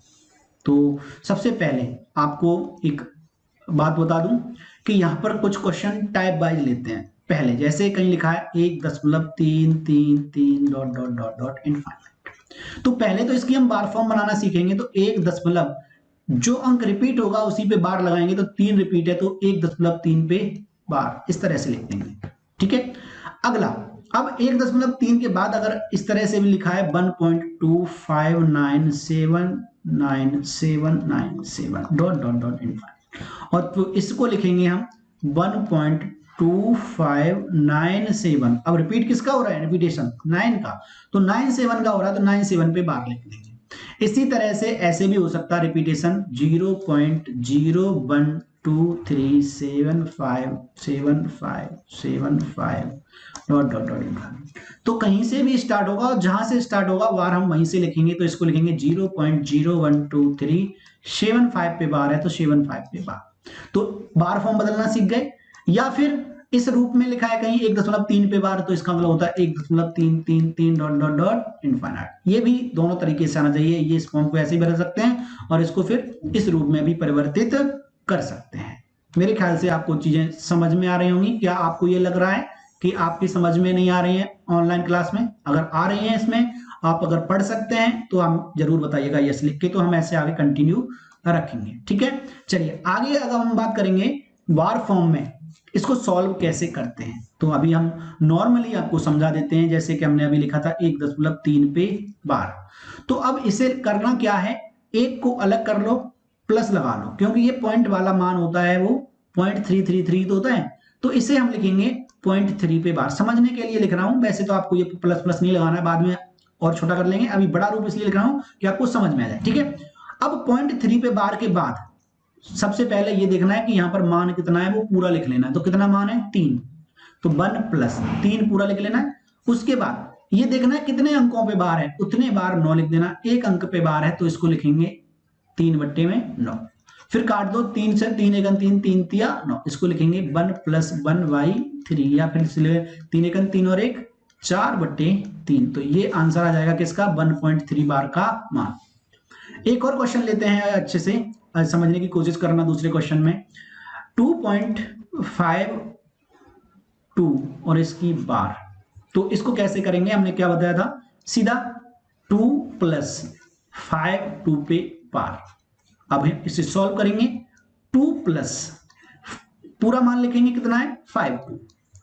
पहला टाइप है ये बार में, ये टाइप फर्स्ट चल रहा है, ध्यान रखना। अभी इसमें टाइप 2 टाइप 3 करके हम समझेंगे।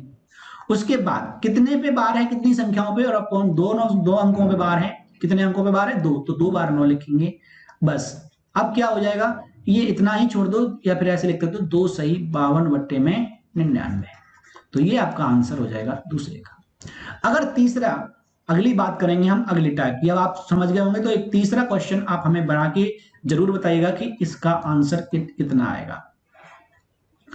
1.6 पे बार। ठीक है, तो इसका आंसर हमें कमेंट करके आप बताइएगा कि आप इंटरेस्ट के साथ पढ़ रहे हैं और आप समझ पा रहे हैं। 1.6 पे बार। तो ये था हमारा टाइप फर्स्ट, और अब शुरू करेंगे हम टाइप सेकंड। ठीक है, चलिए तो टाइप सेकंड की बात करते हैं। यहां पे सेकंड टाइप में क्या होगा, जैसे कि अभी हमने देखा कि जितने दशमलव के बाद अंक हैं सभी पर बार होता था। जैसे 3.15 लिखें तो 1 5 पे बार लिख दें, लेकिन नहीं, हम क्या करें, अब इस बार सिर्फ 5 पे बार लगाएं, यानी एक अंक पे बार। कभी आगे नहीं लगा होगा, बार लास्ट संख्या, क्योंकि रिपीट कौन सी होगी, रिपीटेशन लास्ट में होता है, और एक बार शुरुआत हो जाती है रिपीटेशन की तो वो खत्म नहीं होता। ठीक है, तो अब इसे ध्यान से समझना कैसे करेंगे।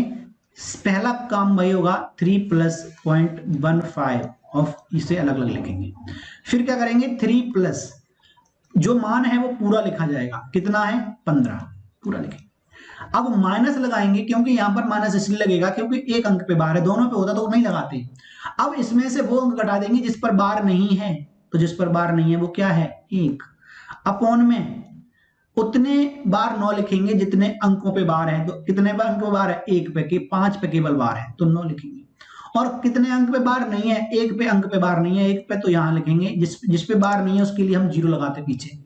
ठीक है, तो अब ये हो गया आपका 3 + 15 में से गया 14/90। अब इसे सॉल्व कर सकते हो, 2 7 14, 2 से काटेंगे 45 45 बार, तो इसे लिखेंगे 3 सही 7/45।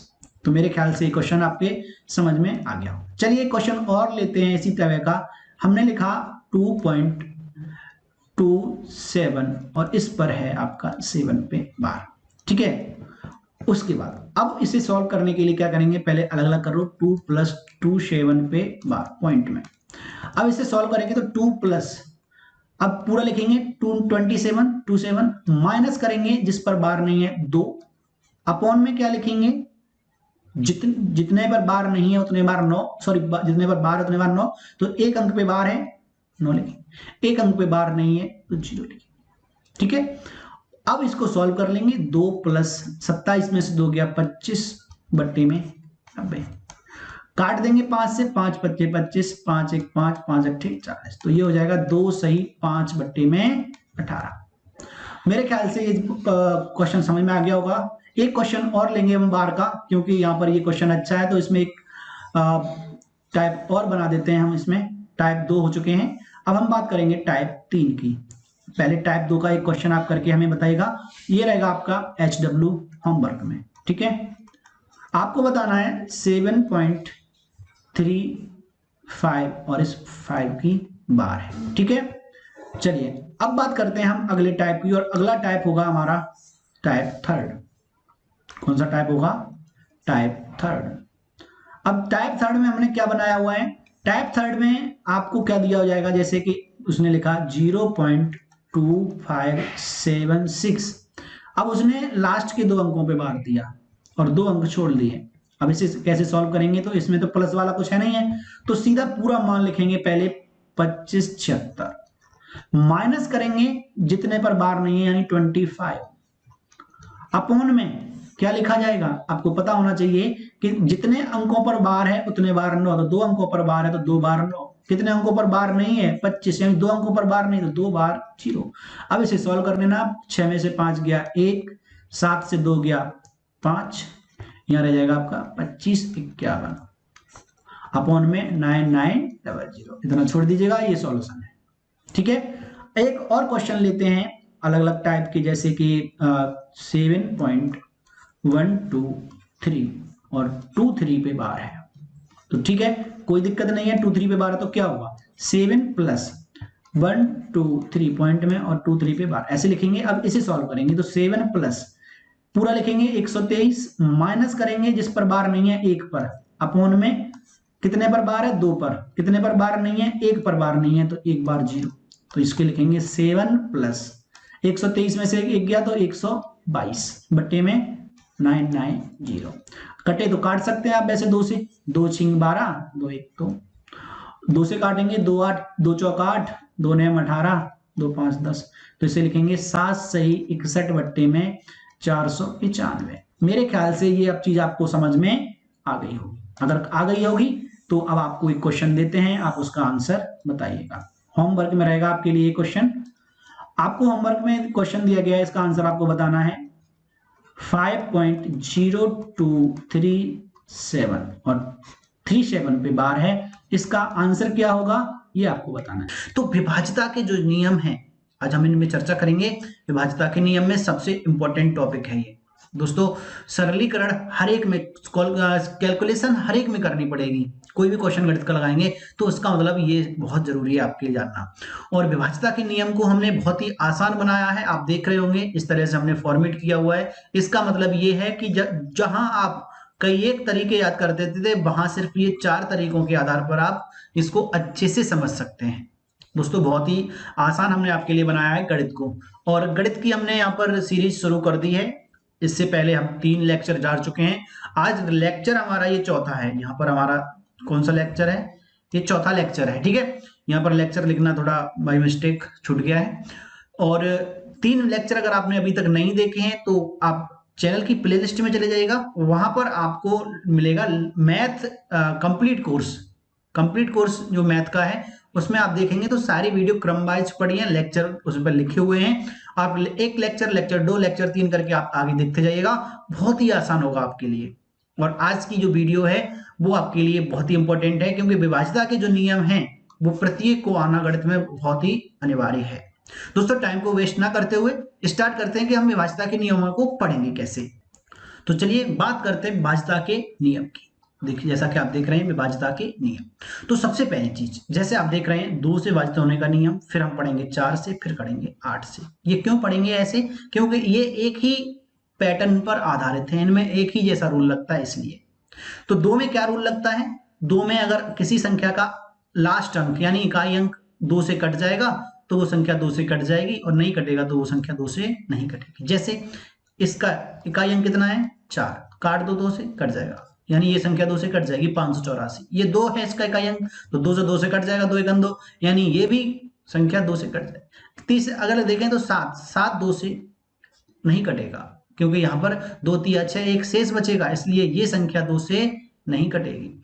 और इसमें 0 है, यानी ये तो पहले से ही किसी से भी काटोगे कटा हुआ है, क्योंकि वहां पे कुछ है ही नहीं, भाग हो जाएगा ही नहीं। इसका मतलब ये पहले से कटा हुआ ऑलरेडी 0 है यहाँ पे पहले से, शेष पर 0 पहले से है, इसका मतलब ये संख्या कट जाए।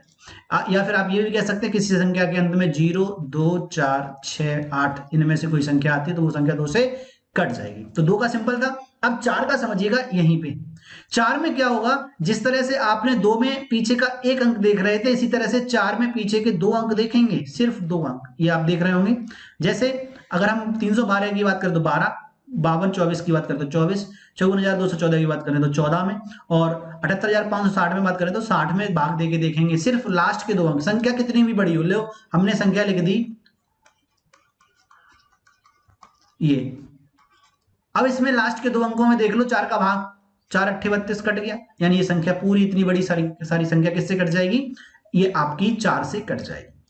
इसी तरह से है 8 का। दोस्तों आपको बता दूं, क्योंकि ये रूल बहुत ही आसान है, क्योंकि 2 के 2 में क्या होगा, याद करना भी आसान होगा। 2 में अंतिम 1 अंक देखेंगे, 4 में अंतिम 2 अंक देखेंगे, और 8 में अंतिम 3 अंक देखेंगे। कितने, 3। जैसे अगर हम 3024 की बात करें तो 024, 3024 में क्या है 024, इसमें 8 का भाग दो, 8 3 24 पूरा कट गया, यानी ये संख्या 8 से कट जाएगी, सीधा देख के पता चल जाएगा। 816 है लास्ट में, 8 1 6 काटो, 8 1 8, 8 2 16 कट गया, यानी कि ये संख्या भी 8 से कट जाएगी। तीसरा 65 88, लो अब इसमें लास्ट के क्या है 5 8 8, काट के देखते हैं 8 से, 8 सत्ते 56 बचा 2 28 हो गया, 8 3 24, 8 5 40, 8 चौक 32, नहीं कटेगा। इसका मतलब जब हमारा 588 8 से नहीं कटा तो ये संख्या 65 88 8 से नहीं कटेगी, यानी विभाजित नहीं है। इसी तरह से ये लाला देख लो, इसमें है लास्ट में 768, अब 768 में आप 8 का भाग दे दो, 8 ने 72 बचा 4, 8 6 48 कट गया, यानी ये संख्या कितने से कट जाएगी, 8 से विभाजित है। तो रूल तो समझ में आ गया, 2 में अंतिम 1 अंक, 4 में अंतिम 2 अंक, और 8 में अंतिम 3 अंक। तो याद कैसे करेंगे, याद ऐसे करेंगे, इनके खंड कर लो। 2 का एक ही खंड होगा, इसलिए इसका अंतिम 1 अंक देखेंगे।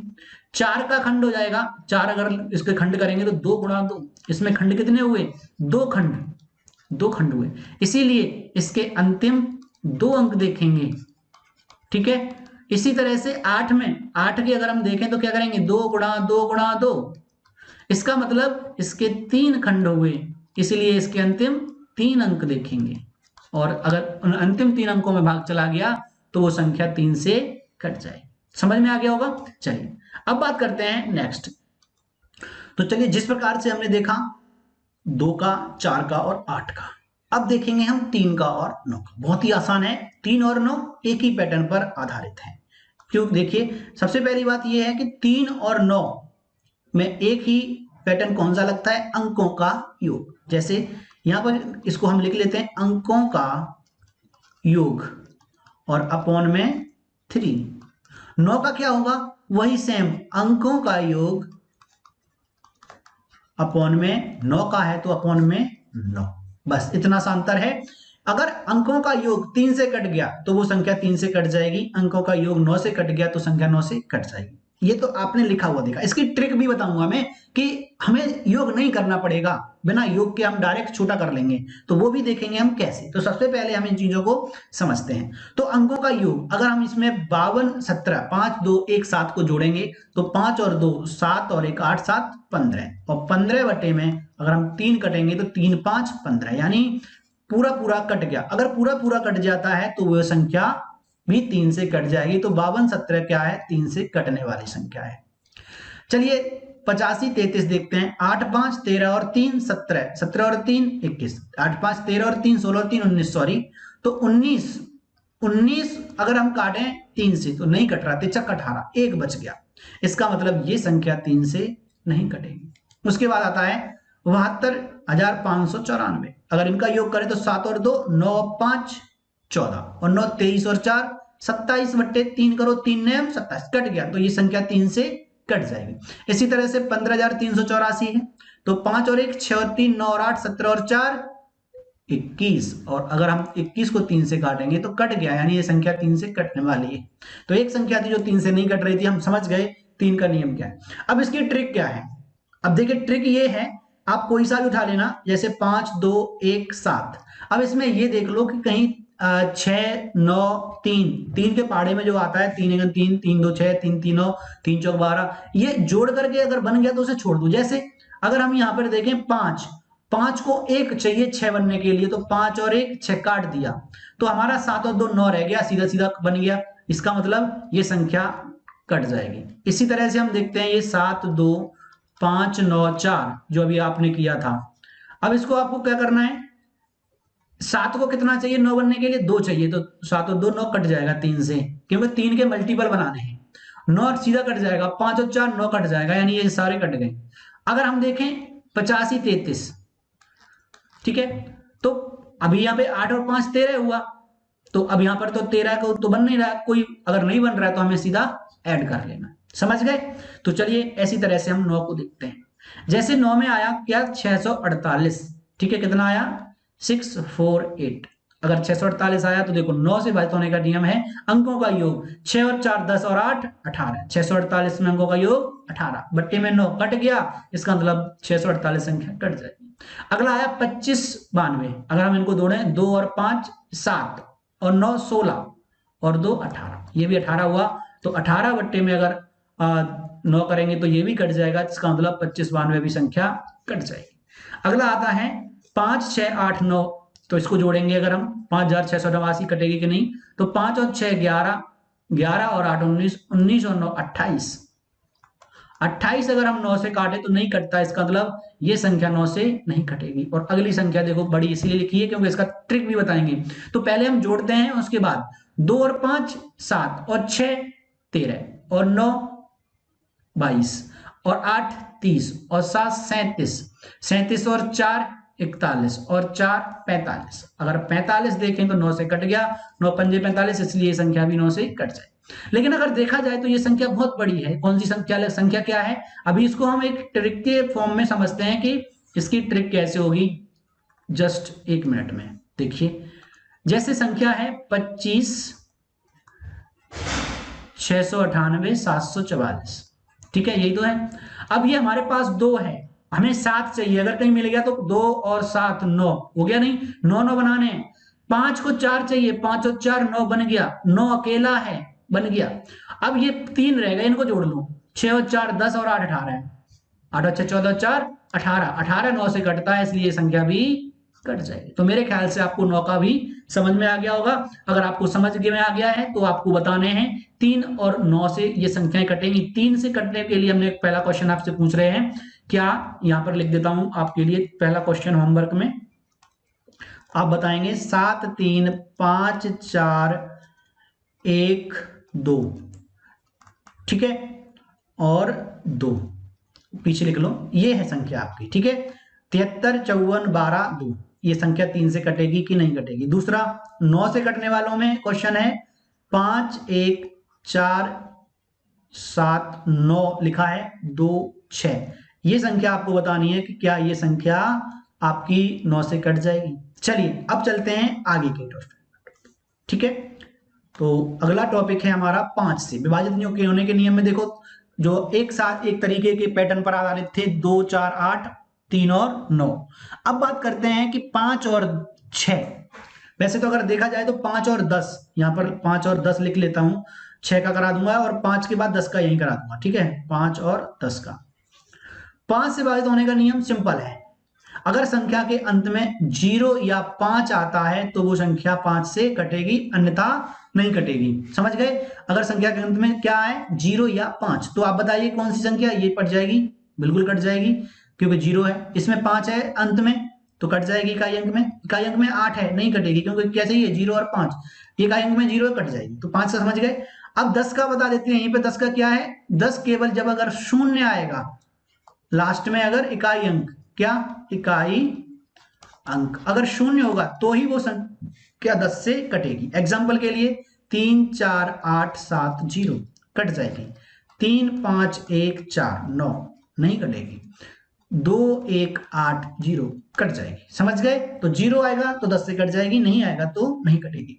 अगला बात करते हैं हम 6 से विभाजित होने का नियम। 6 से विभाजित होने के नियम में आपको बता दूं, देखिए मैं क्रम से करा रहा हूं आपको, एक भी चीज ना छूटे, इसलिए आपको मैं जानता हूं आते होंगे, लेकिन फिर भी हम चाहते हैं कि आप एक नोट्स अच्छा सा बना लें, तो जिससे कि आपको बार बार पढ़ने की जरूरत ना पड़े, उसी नोट्स को आप देख लें तो जल्दी हो जाएगा। जैसे 6 से विभाजित होने का नियम, और जो लोग बिगिनर हैं, शुरुआत कर रहे हैं, उनके लिए तो बहुत ही अच्छा, और जो पहले पढ़ चुके हैं उनके रिवीजन के लिए अच्छा है, और जिनको नहीं आता है वो नोट डाउन जरूर कर लें। तो 6 से विभाजित होने के नियम में सबसे पहला 6 को खंड कर लो, जो संख्या ऐसी हो जिसके खंड हो सके और विभाजित होने के नियम में सबसे अच्छा तरीका है ये। कोई भी संख्या है जैसे 6 है या 12 है या 18 है, तो ऐसी संख्याओं के लिए क्या है, आप खंड कर लें। और खंड करने के बाद अब ये देखना है कि वो संख्या 6 है तो इसका मतलब वो 2 से भी कटनी चाहिए और 3 से भी कटनी चाहिए। और 2 का नियम आप संख्या को देख के ही बता देंगे, अंतिम अंक इकाई अंक को देख के ही आप बता देंगे कि संख्या 2 से कट रही है या नहीं, क्योंककि 0 2 4 6 8 आता तो संख्या 2 से कट जाएगी। तो अब 6 में रह गया क्या, 3 से देखना है सिर्फ। किससे, 3 से। जैसे पहला एग्जांपल है 168, तो 2 है लास्ट में, 8 है लास्ट में, तो 2 से कट जाएगी। तो अब 3 से देखना है, अगर 3 से भी कट गई, क्योंकि 2 का तो हमने देख लिया कट रही है, 3 से और देखना है। तो 3 से देखने के लिए हमने अंकों का योग करना था, और 6 सीधा कट जाता है 3 से, तो काट दो। 8 और 1 9 कट गया, यानी ये संख्या वैसे आप जोड़ लो, 8 और 6 14 और 1 15, तो 5 15 तब भी कट जाएगी। तो इसका मतलब 168 6 से कट जाएगी। 504 कितना आसान है, देखो 4 2 से कट गई, 5 और 4 9, 3 से कट गया, 3 3 9, इसका मतलब ये संख्या 6 से कट जाएगी। 25 20 अब 0 से कट गई, क्योंकि 0 है लास्ट में, तो 2 से कट जाएगी। अब 3 से देखना है, तो 2 2 4 और 5 9, ये भी 9 हो गया, तो ये भी संख्या 6 से कट जाएगी। और इसी तरह से हमारा 52 64 है, इसमें देखो 2 से तो कट जाएगी, अब अंकों का योग देखना है, 5 और 2 7, 7 और 6 13 और 4 17। अब ये नहीं कटी, क्योंकि ये 3 से नहीं कट रही है, इसलिए अब ये संख्या जो हमारी 52 64, ये कितने से, 6 से नहीं कटेगी। मेरे ख्याल से समझ गए होंगे आप। अब आपके लिए एक एक क्वेश्चन रहेगा, 7 1 3 5 4, क्या ये संख्या 5 से कट जाएगी, पहला क्वेश्चन। 6 में आपसे पूछ रहा हूं 3 5 8 4, क्या ये संख्या 35 84 2 से कट जाएगी, सॉरी ये संख्या 6 से कट जाएगी, तो ये बताना है आपको। चलिए अब आगे चलते हैं। अगला आया 7 से विभाजित होने का नियम। देखिए बहुत ही शानदार है तरीका, लेकिन तरीका बड़ा है। शानदार तो है, अच्छा लगता है, लेकिन बड़ा है। तो पहला तो हमारी तरफ से आपको यही गाइडेंस रहेगी कि आप तरीका सीख लें। तरीका क्या है वो मैं सिखा देता हूं, फिर बताऊंगा इसमें करना क्या है। तो देखिए 651 है हमारे पास, इसका जो 51 का लास्ट का अंक हो उसे दूर लिख लो, और लास्ट के अंक से पहले एक माइनस लगा दो, और इसमें गुणा कर दो 2 का, तो क्या हो जाएगा 65 गुणा 2 का करेंगे तो -2, कितना बचा 63। अब देखो 7 से भाग चला जाएगा, 7 में 63 कट गया, तो इसका मतलब ये संख्या जो 651 है वो 7 से कट जाएगी। हमें करना क्या है, अंतिम अंक से पहले माइनस लगा के 2 का गुणा करके उसे सॉल्व करना है। जैसे 1792, 9 और 2 दूर लिखेंगे और माइनस करेंगे, गुणा करेंगे 2 का, तो 179 माइनस 2 दूनी 4, कितना हो गया 175। अब तो ये छोटा भी हुआ नहीं, तो फिर हमें गुणा 2 का करना है और माइनस लगा लेंगे यहाँ पे, तो 17 माइनस 10 कितना बचा 7, और 7 2 7 से कट जाएगा, 7 1 7, इसका मतलब ये संख्या भी 7 से कट जाएगी, 17 92। अगला अगर हम बात करें नेक्स्ट जो संख्या है आपकी तीसरा जो संख्या है वो कितना है आपका 34 17। अब 34 17 को देखते हैं कटेगी कि नहीं कटेगी। तो 34 17 हमने लिखा, लास्ट अंक से पहले माइनस लगाया और 2 का गुणा कर दिया, तो 341 माइनस 14 हो जाएगा। 11 में से 4 गया 7, 3 1 में से 1 गया 2, ये हो गया 327। अब लास्ट अंक से पहले फिर माइनस और 2 का गुणा, तो कितना हो जाएगा यहाँ पे 32 माइनस 14, और 32 में 14 में से 12 में से 4 गया 8, और यहाँ रह गया 3 के बाद सॉरी कहां से ले चुका है, तो ये हो जाए 18। इसका मतलब 18 7 से कटेगा ही नहीं, तो ये संख्या 34 17 नहीं कटेगी। अगला ले लेते हैं 3906। ठीक है, अब माइनस करना है, 2 का गुणा करना है, समझ गए होंगे। 390 माइनस 12, अब कितना 390 में से 12 घटाएंगे तो 0 से 2 गया 8, यहाँ 10 हो जाएगा, 10 से 2 गया 8, यहाँ रह गया 8, 8 में देख गया 300, माइनस करेंगे फिर 2 का गुणा करेंगे, तो 37 माइनस 16, तो 6 से 7 गया 1 और 2 21 बचा, 21 को 7 से काट दिया, तो 7 या 21, तो ये एक संख्या इससे कट गई। तो यानी 7 का नियम यही है कि लास्ट अंक से पहले माइनस लगा के 2 का गुणा करते आओ और सॉल्व करते आओ जब तक कि आपका 2 अंकों में या 1 अंक में ना आ जाए। तो 7 का नियम लगाने से अच्छा है कि आप इसको डायरेक्ट काटेंगे तो ज्यादा सही रहेगा, क्योंकि इसमें समय कम लगेगा।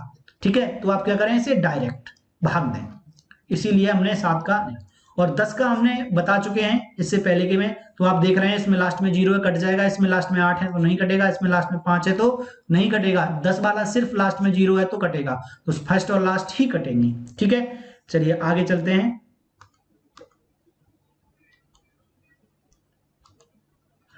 11 से विभाजित होने का नियम बहुत ही आसान है। इसमें एक तरीका याद रखना है आपको, मैं फिगर बना के भी दिखा दूंगा तो और आसान होगा, क्योंकि इसमें बच्चे अगर हम 11 का रूल पूछते हैं तो वो क्या करते हैं, सम और विषम अंकों का योग का अंतर नहीं, यहां पर एक रूल होता है कि सम और विषम स्थान के अंकों के योग का अंतर। जैसे 6 9 5 2, हम थोड़ा दूर दूर लिख रहे हैं जिससे कि आपको पता चल जाए। तो देखो ये पहले नंबर पे है, ये दूसरे नंबर पे है, ये तीसरे नंबर पर और ये चौथे नंबर पर है। ये अंक कहलाएगा, यहाँ पर इसके ऊपर जो है और इसके ऊपर है वो विषम स्थान के अंक, और इसके ऊपर और इसके ऊपर के जो अंक हैं वो कहलाएंगे सम स्थान के अंक, यानी 2 और 4 के ऊपर वाले अंक सम स्थान के, और पहले और तीसरे, यानी जो पहले और तीसरे नंबर पर आया है वो विषम स्थान का अंक है, और दूसरे और चौथे नंबर पर आया है वो सम स्थान, और ऐसे ही आगे चलती चली जाएगी।